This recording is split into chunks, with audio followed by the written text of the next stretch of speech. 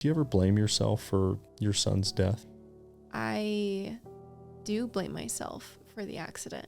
We go to the pool that day. There's another mom at the pool with her kid. I go and I meet her halfway. Romeo runs ahead to go and play with her kid who's sitting at the bench. Her and I talk for 2 or 3 minutes. I'm assuming that he went to the bench to play with the kid, and I'm not thinking that he went over to the water. However, after like 2 minutes, I say out loud, "Where's Romeo?" And I don't see him. I see her kid sitting in the hot tub, but I don't see Romeo anywhere. I start walking towards the hot tub and I see him face down in the water. I go and I pick Romeo up and I am screaming inside of my head, "Wake up, wake up." They go ahead and take him to the hospital. I remember seeing him in the room and all of the doctors were working around him. At that point, somebody hands me a phone and it's Romeo's dad. He's on the other end asking me what happened and asking me if he's okay. And me having to tell him that Romeo drowned was one of the worst moments in my life. The amount of guilt I feel over this, over being the one that was there with him when he drowned, is incredible.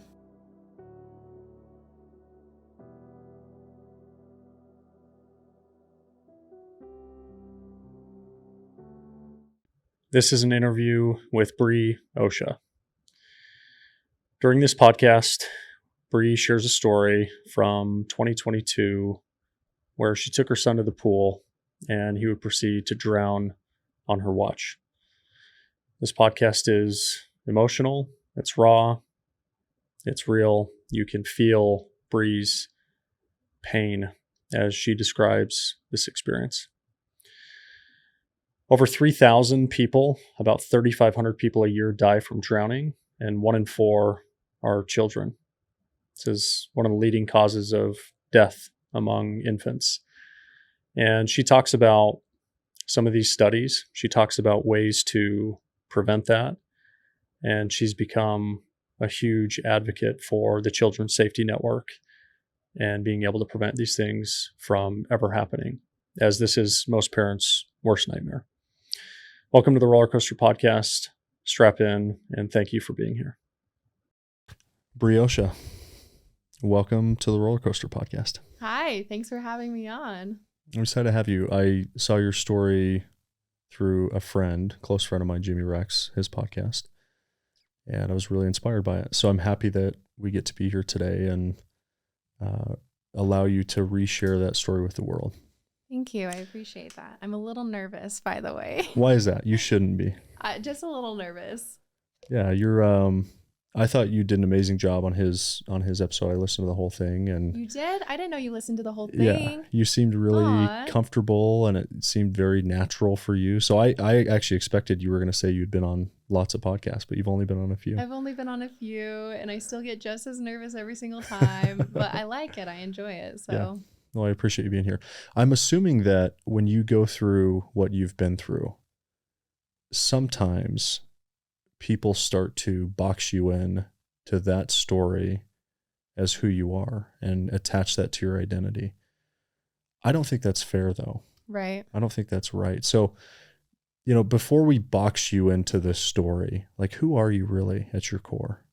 Well, first of all, thank you. I really appreciate you noticing that and mentioning that, because that is something that I've been worried about with doing more podcasts and with creating. Yeah. I don't want to be so stuck on the grief and the tragedy of what's happened, because that's not the story. It's not just a sad story. There's more than that. And I guess with me today, in my life today, I have a beautiful daughter and she just turned 1 year. So I love being a mother to her, and I still feel I'm a mother to Romeo, and that connection with him continues. I love being athletic. I love playing tennis. I'm a tennis coach. Love going to the gym, being social, doing things like that is so fun. So I would definitely say that my life has very much continued since the tragedy and since what's happened. Yeah. How do you think, like who are the 3 closest people to you in your life right now? I would definitely say my friend Maddie. She's really supported me through this whole thing, and she's taken me in. I've recently left a 6-year-long relationship with the father of my 2 kids, and I really needed, like, I prayed for somewhere to go. And I have family, but the situation with Maddie where she took me in was just so incredible and definitely heaven sent. So with her, that's been so good for me. Also, I recently started dating someone, and he's been incredible, an incredible support system for me. His name's Connor. I love how you lit up when you said his name. That was cute. And then also my mom. Your mom. Mm-hmm. How would Maddie describe you in one word?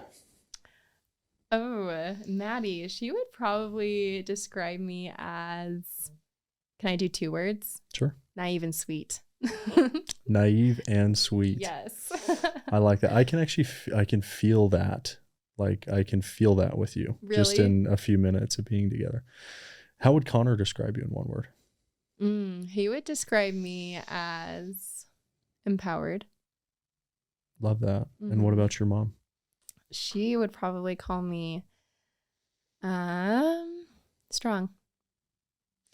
I love that. Here's what I would challenge you to do. Okay. There's an exercise that I love, and I'm happy to take you through it or share it with you after the podcast, but it's called the I am statement.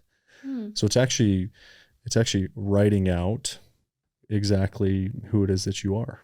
Right. Okay. And so above and beyond, things that you like or things that make you happy or tick, or, I'd really go deep and use some of those words, empowering and strong and naive and fun, and the words that your friends, the people closest to you, would use to describe you, and actually build out a statement that encompasses really who you are at your core. So I think that'd be amazing. I'm happy to take it through you later. Take you through it later. Yeah, I like that. I appreciate you doing that. And I'm happy that you're not allowing yourself to be defined by this incredibly traumatic experience that you went through. Thank you. So let's talk about that. We're going to go back to July 1st of 2022. Set the scene for us of the day leading up to that. Okay. The morning of, and just kind of in detail, take us through this experience that you had in your life. Okay. So I was living in California at the time. My boyfriend at the time, he was doing solar cells. So he was working insane 13-hour days.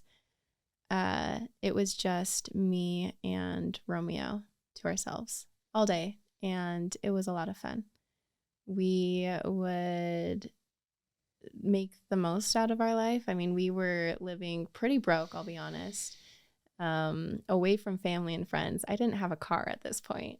And so we were basically stuck at this apartment complex all day, but we would have fun by going on probably 2 to 3 walks a day. We would go to the same little park every single day, but we loved it. He had made so many friends at that little park. And there was also a swimming pool at this complex. So we would also go swimming about every other day or every day. And he loved that too. So when I would take him swimming, he knew he couldn't swim. And he was always very careful about staying on the steps of the pool or the steps of the hot tub. And I was careful about being right there with him too. However, the few days before I took him swimming this day, I put a puddle jumper on him. Do you know what that is? I think so. It's like a little floaty that it's the floaty. Yeah. And this puddle jumper gave him a false sense of security and made him think he could swim. And so putting the puddle jumper on him and then going to the pool the next day without the puddle jumper, like normally, the difference was this time he thought he could swim. And I assumed that he still was as careful as he usually is. And I mean, he's only 2.5. So it's completely, I feel the amount of guilt I feel over this, over being the one that was there with him when he drowned, is incredible. So we go to the pool that day and I walk in. There's another mom at the pool with her kid. And I remember she sees me and her face just lights up. She's excited to see me and she's excited that Romeo's there and her kid is there. So I go and I meet her halfway. Romeo runs ahead to go and play with her kid who's sitting at the bench. Her and I talk for 2 or 3 minutes. We had just barely walked into the pool area that day. So we're talking and I sit down. And because I sit down while I'm talking to her, Romeo is out of my sight. And I'm assuming that he went to the bench to play with the kid, and I'm not thinking that he went over to the water. However, after like 2 minutes, I say out loud, "Where's Romeo?" And I stand up and I don't see him. I see her kid sitting in the hot tub, but I don't see Romeo anywhere. And so at this point, my heart kind of drops out of my body. And I had this out of body experience where it felt like I was in a dream. I literally was in a dream, in my worst nightmare, honestly. And I start walking towards the hot tub and I see him face down in the water. And her little boy is also in the hot tub, but he had no idea. I go and I pick Romeo up and he's regurgitating water and throw up. And I just at this point am screaming inside of my head, "Wake up. Wake up." Because there's no way this is real. There's no way this is real. And I didn't think it was. I could feel that he wasn't in his body at this point. So although his body is still regurgitating throw up, he's not there. I start doing CPR and I start screaming for help. And people are gathering around me and I'm looking at each person and asking them for help, and everybody looks sick and nobody knows what to do. There was not a single person who knew CPR or knew how to help me. And so I'm performing CPR on him, and I took a class years ago, but I don't remember what to do. I don't know what I'm doing. And people are calling 911. People are screaming. I hear an ambulance like on the way in the distance, and they go ahead and take him to the hospital. So when I'm at this first hospital, I remember seeing him in the room and all of the doctors were working around him, and the doctors are looking sick and it's not looking good and the lights are flashing and I'm still just not feeling anything and I'm still willing myself to wake up out of this nightmare. At that point, somebody hands me a phone and it's Romeo's dad. And he's on the other end asking me what happened and asking me if he's okay.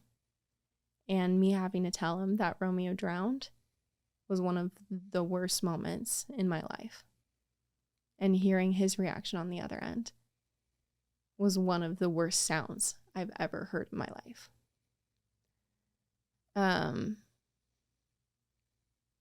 I get kind of numb sometimes when I retell the story.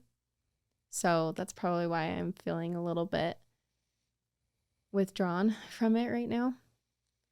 But at this point, the doctors didn't have enough of the equipment they needed to continue working on him and his needs. And I remember the main doctor, he was telling me that I needed to pray for a miracle. And at this point, I'm still thinking that I'm in a nightmare and waiting to wake up. And so he gets life flighted to another hospital. And we go meet him at this next hospital, and a bunch of our family meets us there as well. And he was on the machine for 3 days, and it was so much praying, and it was very conflicting because I had doctors telling me that there was no chance and no hope.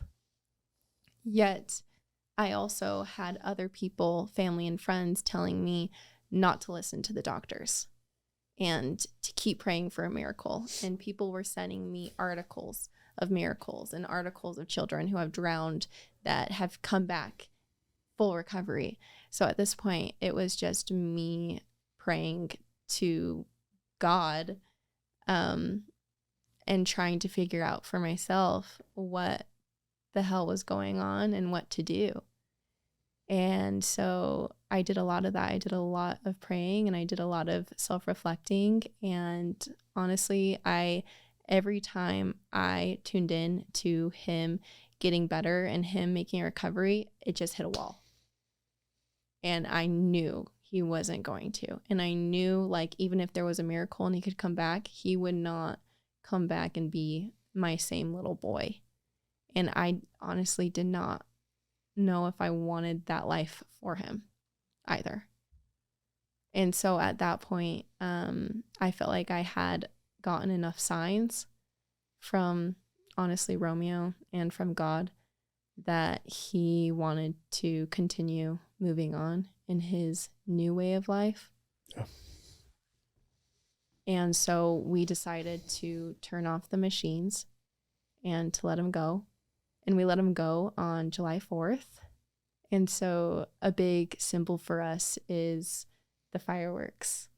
And fireworks to me today resemble his new way of life and his new way of being.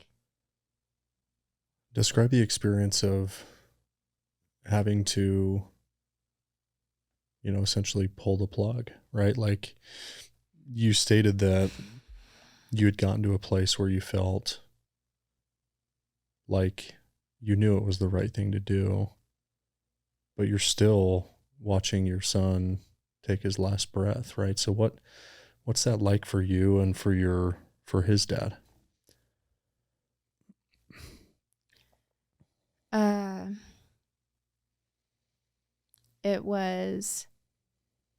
It was almost surreal, honestly. That point when we decided to let go of him, his dad and I were having very, I would say, spiritual experiences with him. And we, at that point, had felt so strong in our knowing that he was going to continue to live in a different way, and that's what he wanted. So it was almost this moment of letting him go and letting him go in a way that we knew was best for him, if that makes sense. Yeah. You mentioned this, like how composed you are telling that story.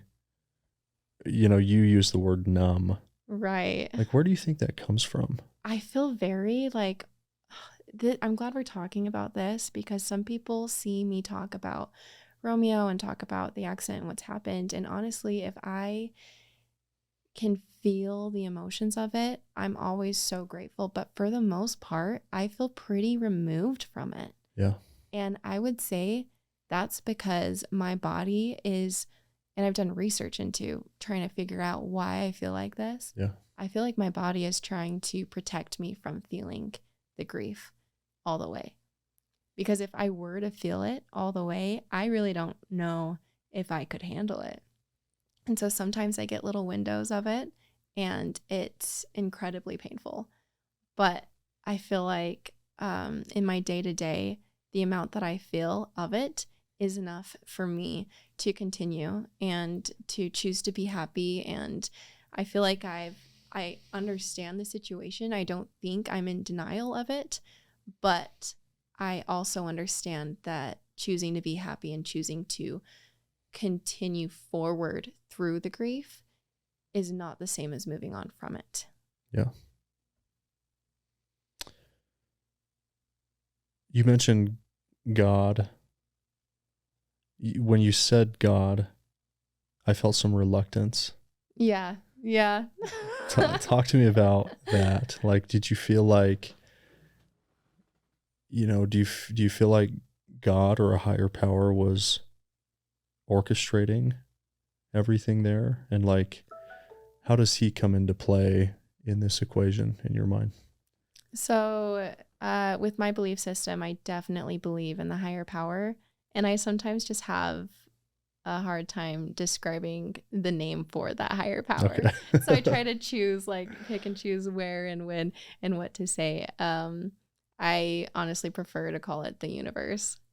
So I would say too, a big part of me is pretty upset at the universe for taking him so early. Yeah. And I honestly do believe that it was, and I hate the words meant to be, but I do believe it was orchestrated. And that does take a bit of the guilt off of me, if I'll be honest. Yeah. But looking back on even the day that it happened, there were multiple signs of it.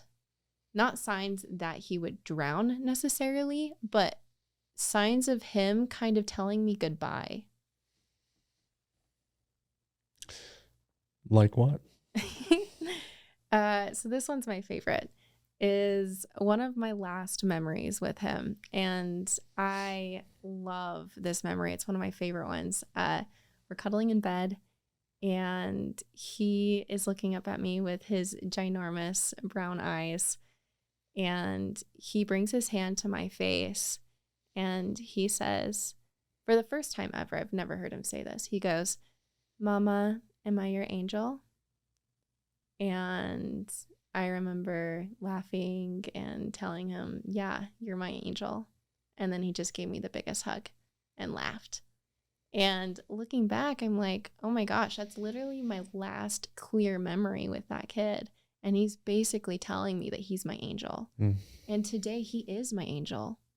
And we have a new kind of relationship with him being my angel. I really want to get into that. Like, I'm not going to let you just... This is not going to be easy, right? You've said some things about your connection with him post losing him, right? Yes. Like, talk to me about that. Like, do you communicate with him? Totally. Okay, cool. I mean How? in different ways, but they could be as simple as, let's say I'm having a really hard day and he's on my mind and I'm thinking about him. And let's say I'm in line at a grocery store and something reminds me of him and I'm thinking about him. And the girl behind me, she starts lighting up and talking to her mom about a fireworks show she wants to go to. That to me, like, fireworks is one of my symbols for his new way of life. Yeah. That is him reminding me, hey, Mom, I'm still good. I'm still here. I'm still with you. And it happens in the most random and sweet ways that when it happens to you, it kind of like hits you in the specific way where you're like, okay, there's no way that wasn't him. Yeah. So we have multiple. I honestly experience so many of those synchronicities every day. And I strongly feel that he plays a big part in helping me with my life. Like, he's one of my guides in my life today. Because now is your belief that he's no longer just your little toddler, but he has like infinite wisdom to be able to help you through things, right? Yes. And he is wiser than me and has a better view than I do. And I just constantly am experiencing miracles, and I know they're tied to him. And so it's just kind of fun. It's a new relationship, and it's different. And I miss him more than anything. I miss hugging him. I miss talking to him. But I do understand, too, that he's not lost to me. And I don't need to wait until I die or wait until I go to heaven to be with him. I can be with him right now in our new kind of way. Do you ever have dreams about him? Like, do you ever see him, or does he speak to you through dreams ever? Yeah, totally. I've heard that before. People that have similar stories to you. Yeah. Has it ever happened outside of a dream? Like, have you ever seen an outline of him, or actually him as like an angel? I haven't seen outlines. I haven't seen him as an angel necessarily, but he has certain ways of communicating with me, let's say through songs. If I'm having a hard time with a certain situation in my life and I'm needing guidance, then a song will start playing with the exact thing that I need. And then I look at the title of the song and it's called Butterfly or something like that. And I mean, if you were following our story, you know, the blue butterfly is also one of his main symbols. Yeah. So there's just so many different ways of communication. Yeah. What was his best quality? I would say, I don't know if he had a best quality, but he was definitely so stinking cute. He had the man bun going on. He had the big brown eyes, the tan skin. He had this very sweet disposition about him. He was a total mama's boy. Loved the heck out of me, and I loved him so much too. We were best friends. He loved other kids. Every time he'd see another kid, it didn't matter how old that kid was, he would start waving at them like he knew them, yelling out, "Hi, friend. Hi, friend." And that kid would always, especially if the kid was older, they'd kind of like look at him a little bit weird, like, "I don't know you." But he was just very friendly, outgoing, and the sweetest angel ever. Mm. You mentioned that this whole thing felt like an out-of-body experience. Yeah. Right.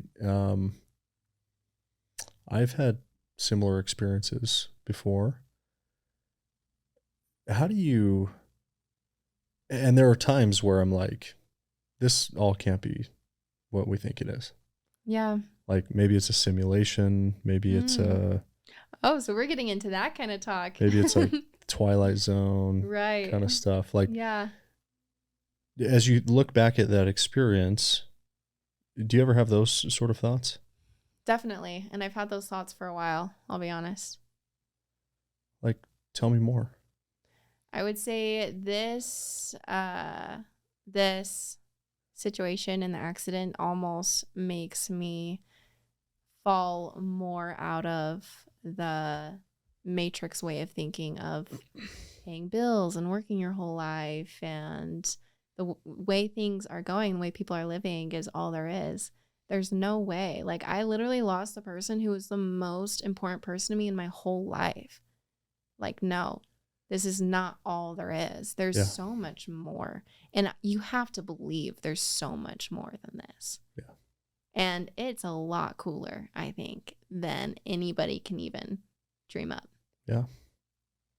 I love the terminology of the Matrix. That's a good one.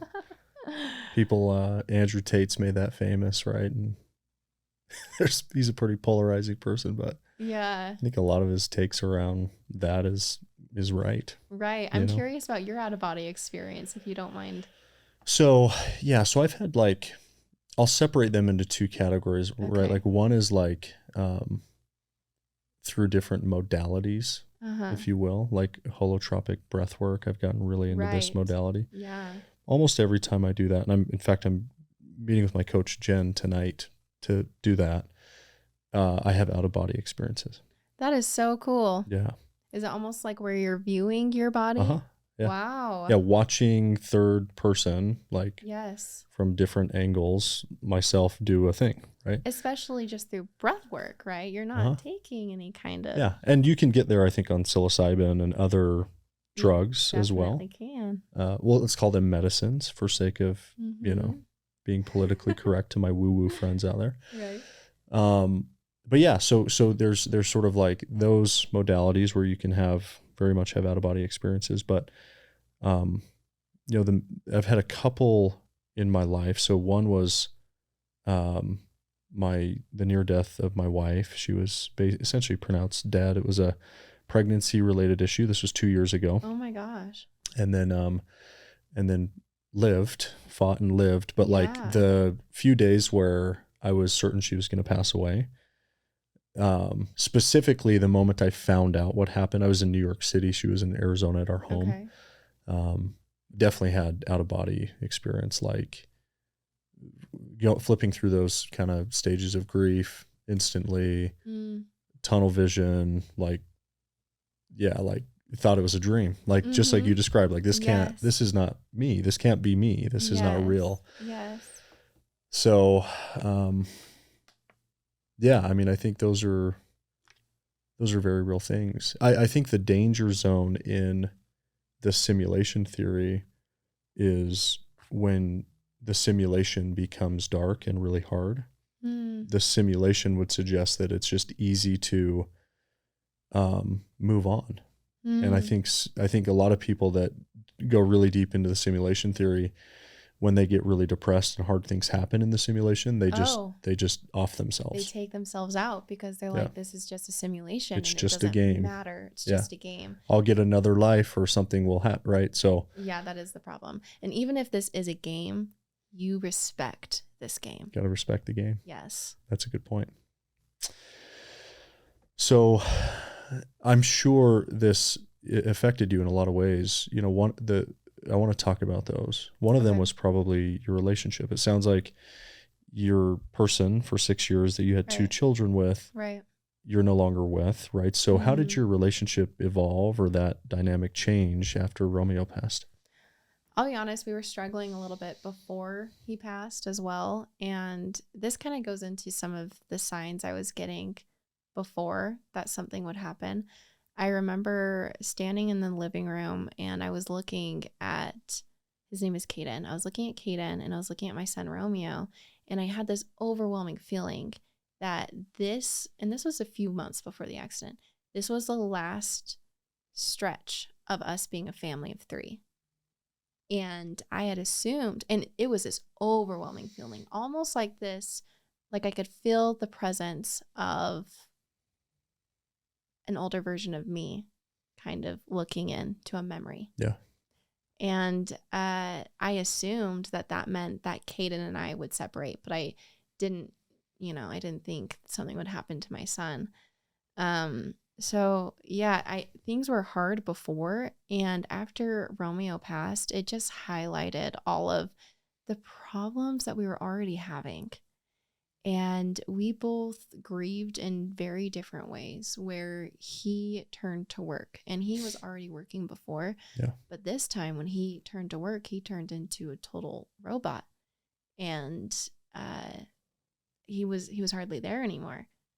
And that was his way of dealing with it. So I can't really blame him. But then at that point, I was feeling so alone as well. And I was pregnant with our next child. So I felt like being pregnant and grieving on my own, honestly, during that was just so hard and so lonely. Yeah. So I would say just us grieving in different ways just took us way farther apart. But yeah, I hope the best for him today. Yeah. And I'm sure like, you've gotten past that. It's hard when you're going through it, but now you're in a new relationship and you've moved on. Things are good, right? But for other people who are going to go through really difficult challenges like this as couples, like what advice would you share for them to, instead of like pulling apart? Like how do Right. they come together in a beautiful way that will strengthen them through these kind of things? I would say you've definitely got to be open together. You need to try to open up and feel everything together as a unit. Yeah. And I mean, it's going to be separate as well, but the second you start closing yourself off and start, let's say, blaming that other person or taking it out on that other person, you're hurting yourself and you're hurting that relationship. So if you can open yourself up and communicate throughout the whole thing, honestly, your relationship can get deeper on a whole new level than ever before. Yeah. And I mean, my ex and I, we had that opportunity. And at the beginning, right after the accident, that was the case for us, where our relationship was so deep on a level I've never experienced. And it didn't continue because we went in different trajectories and both of us weren't on the same healing path. Yeah. Healing path. I like that. Yeah. This show likes that.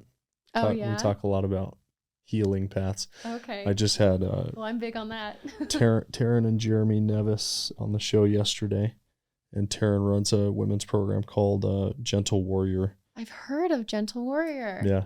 Oh, cool. Yeah, and we talked a lot about that yesterday, which was a lot of fun. Yeah. I want to say with that too. Yeah. If one person is on the healing path and dedicated to that, and the other person isn't, then you're kind of beating a dead horse there. Yeah. Did you find that, I don't know how you grew up religiously. I can make some assumptions based on where we're at. I could be wrong. Did you find that spirituality or religion played a role in your difference in healing? In our difference in healing as a couple? As you guys were going on these different healing paths, was like religion involved in that at all? I would say I am much more spiritual than he is. Yeah. So yes, that really helped me, and that helped me not feel so lonely. Yeah. So yeah, you could say that. Yeah. I think what happens sometimes is certain religions, the LDS one specifically, are not super open to healing. Oh, wow. in the right way. I don't know if you're familiar with LDS, but I came out of the church when I was 16 and my relationship with God has never been better. For sure. So yeah, totally agree. And I think it's the reason why is there's this mentality of all the answers are here. You don't have to look elsewhere. You don't need to look within because you don't we have need to the go answers within. for you. Yes. Right. And so I think that can be pretty counterproductive to somebody who's trying to truly heal themselves. Right. Yeah. Right. Yeah, definitely. Do you ever, I'm curious to understand, like, do you ever blame yourself for this? I'm sure you did. It feels like you've probably gotten past that. But do you ever blame yourself for, like, your son's death? Yes, all the time. And how do you deal with that? It's really hard. And honestly, even just today, being a mom, I love being a mom, but the word mom is a trigger word for me. Yeah. And I have a really hard time even just calling myself a good mom. And like, I know I am, but even saying that out loud, it comes out as a question because I know how much I love my kids and I know how much I'll be there for Amara throughout her whole life. But at the same point, it's like, I do blame myself for the accident, and I can tell myself all day, maybe it was meant to be or whatever else, but I was the one watching him when it happened. He drowned on my watch and it could have been prevented. It was a preventable accident. So I definitely blame myself every single day for that. And that's just something I'll have to work through. Yeah, and I don't have the answer on how you would. I'm sure that's a heavy burden. Definitely. To carry, right? Yeah. But at the same point, I don't wish that on somebody else. I don't wish that he had been with somebody else or had been on somebody else's watch. Yeah. I feel like if he's going to have his last day, I want it to be with me. If he's going to go through something like that, I want to be the one there with him. Yeah.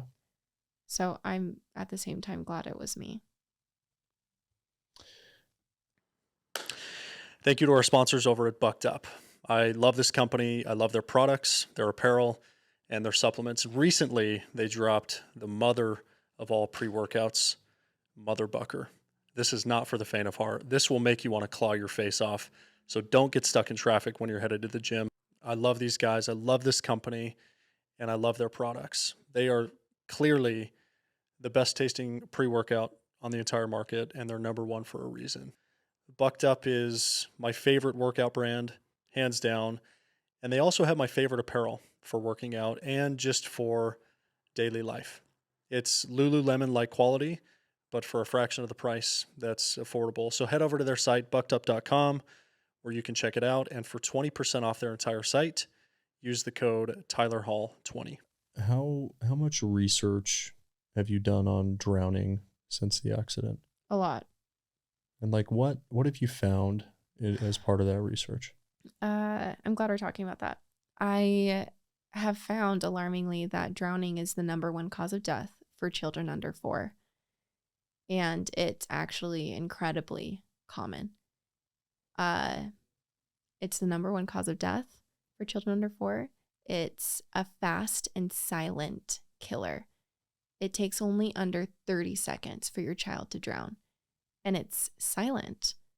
So when I said that Romeo was with another kid in the hot tub, lots of people have a really hard time with that. And I did too at first.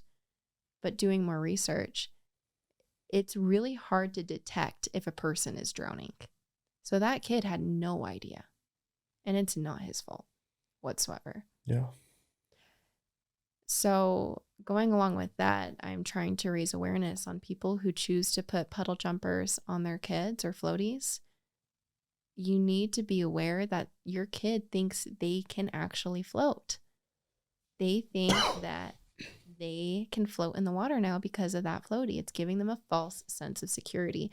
And so many drownings happen because parents are putting their kids in floaties. And then what happens that one time the kid runs out to the pool thinking they can float, but they don't actually have a floaty. And you just can't control that. So my advice to parents is if you're going, like, for me, honestly, I don't love floaties. I don't think I will be using floaties with my daughter. My advice to parents is put your kids in swimming lessons every summer until they are excellent swimmers. And on top of that, if you're going to choose to put them in floaties, make sure your kid understands that they cannot float without the floaty. Yeah. So have them in the pool also without the floaty. They need to know the difference. Yeah. And they can start them at 1 now in swimming lessons. Oh, you can start earlier. You can start as a newborn. Yeah. Yeah, it's really cool. We live in Arizona, and so we swim like 9 months out of the year, right? Oh yeah. Arizona has swimming pools everywhere. They're everywhere. Yeah. And so we have and there's swim instructors everywhere too because of that, right? Mm-hmm. But we've had all of our kids do lessons when they were really little, like 1-year-olds. Oh, that's awesome. And they actually take them through a specific kind of training where they simulate in a way like what drowning would be like. Oh, wow. So you're kind of watching your kid like struggle. Whoa. To show like that's what can happen, but here's how you get out of that situation. So when they're really young, oh, okay, that's awesome. They'll put them face down. They'll have them basically like fight to get to the ledge, and then utilize the ledge to come up. And I remember the first time I watched my son or my daughter, one of my first two, do it, I like almost panicked. I'm like, what's going on? What's going on? Like, let's get them. The instructors are really good at doing that. Yeah. And so now all of our kids, like my third, we have 4. My third is 3, and she's a great swimmer, and I totally agree. I think swimming lessons are invaluable. So I didn't realize the number of people that die every year from drowning. you don't hear about these cases a lot, but the research that I found was about 3,500 people die every year from drowning. Yeah. Just in the U.S. Yeah. And about 1 in 4 are children.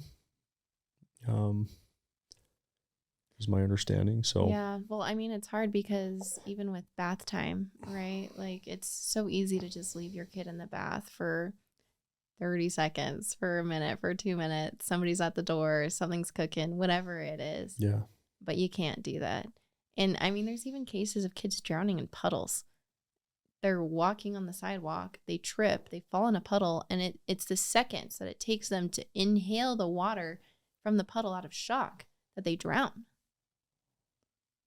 So, I mean, I don't want to say that to scare people, but Yeah. it is so important to have your kid in swimming lessons because of how common drowning is. I want to spend a beat talking about this. So, you go through something traumatic. You talked about when you were in the hospital, there were a lot of people reaching out to you, Right. offering support, words of Yeah. encouragement. What is an appropriate way for a friend or relative to engage with somebody who's recently been through something like this? It's hard. It's so hard, right? I mean, something like this happens and you don't know what to say. And anything you say isn't enough. You're not going to bring their kid back. Yeah. You're not going to bring that person back. Honestly, just letting that person know that you're thinking of them, that you're there for them. Like, that's enough. You can't really do much more than that. I would say it was hard for me getting so much advice from people. So unless I'm asking for advice or this person's asking for advice or whatever, just be there as a support system. And even I had so many people there for me right after the accident. Yeah. And I was so numb at that point, and I was detached from my body at that point.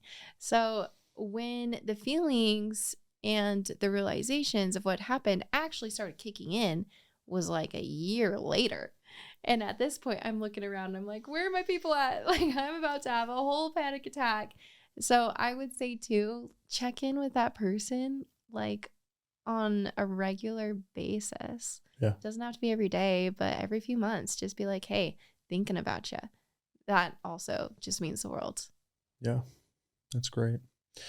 So there's millions of pools around the U.S. Right.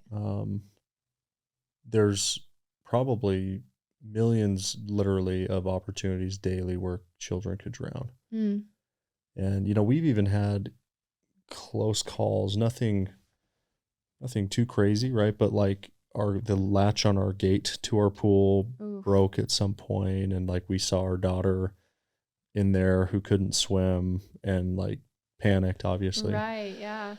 So to wrap this up, Brie, I want you to look into your camera and I want you to share just some words of advice for parents all over the world who are swimming with their kids. Like what would you share with them to ensure that they never have to go through what you went through?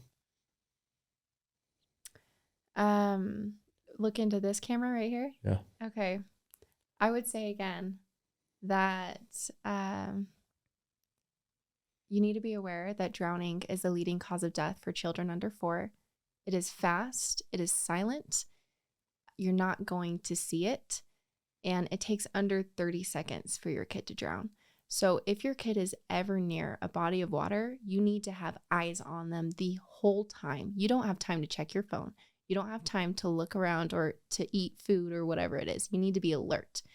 Also, putting floaties on your kid gives them a false sense of security.